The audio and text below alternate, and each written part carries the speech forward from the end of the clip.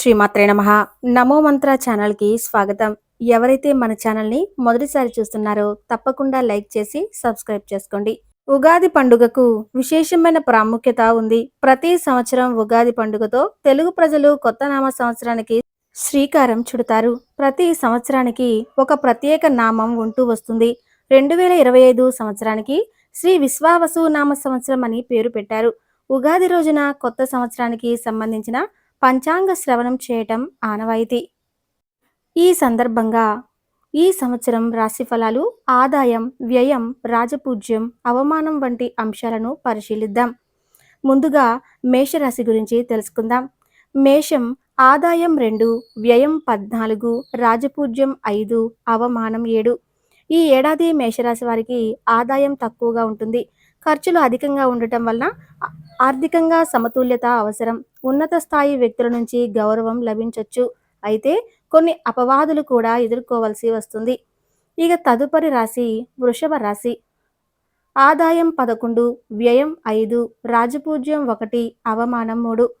వృషభ రాశి వారికి ఆదాయం బాగానే ఉంటుంది.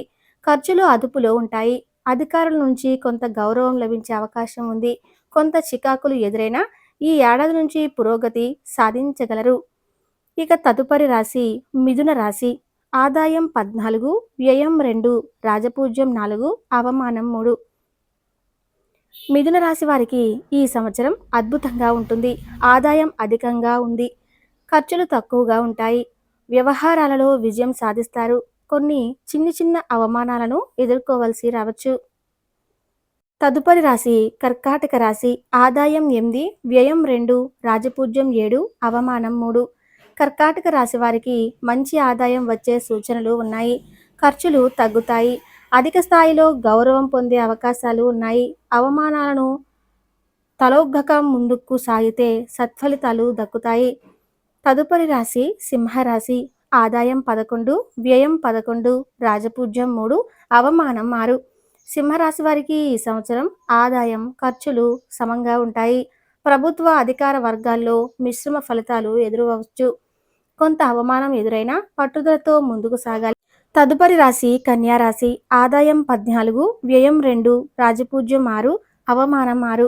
కన్యా రాశి వారికి ఈ ఏడాది ఆర్థికంగా అనుకూలంగా ఉంటుంది. ఆదాయం అధికంగా ఉండటంతో పాటు ఖర్చులు తక్కువగా ఉంటాయి. కెరీర్, వ్యాపార రంగాలలో అభివృద్ధి సాధిస్తారు. తదుపరి రాశి తులారాశి. ఆదాయం 11, వ్యయం 5, రాజపూజ్యం 2, అవమానం 2. తులారాశి వారికి ఈ ఏడాది ఆదాయం సమృద్ధిగా లభిస్తుంది. ఖర్చులు నియంత్రణలో ఉంటాయి. కొన్ని మంచి అవకాశాలు లభించవచ్చు. తదుపరి రాశి వృశ్చిక రాశి. ఆదాయం 2, వ్యయం 14, రాజపూజ్యం 5, అవమానం 2. వృశ్చిక రాశి వారికి ఈ ఏడాది ఆదాయం తక్కువగా ఉండే అవకాశం ఉంది. ఖర్చులు అధికంగా ఉండటంతో ఆర్థిక విషయాల్లో జాగ్రత్తగా వ్యవహరించాలి. తదుపరి రాశి ధనస్సు రాశి. ఆదాయం 5, వ్యయం 5, రాజపూజ్యం 1, అవమానం 5.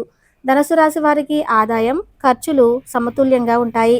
కొంత రాజపూజ్యం లభించినా కొన్ని అవమానాలు ఎదురయ్యే అవకాశాలు ఉన్నాయి. తదుపరి రాశి మకర రాశి. ఆదాయం 8, వ్యయం 14, రాజపూజ్యం 4, అవమానం 5. మకర రాశి వారికి ఖర్చులు అధికంగా ఉండే సూచనలు ఉన్నాయి.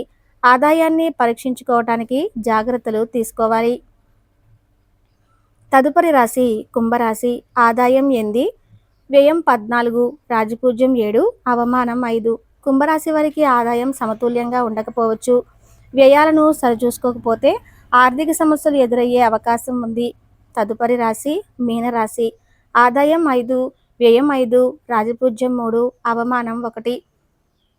మీనరాశి వారికి ఆదాయం, ఖర్చులు సమానంగా ఉంటాయి. కొంత రాజపూజ్యం లభించినా అవమానం తక్కువగా ఉంటుంది.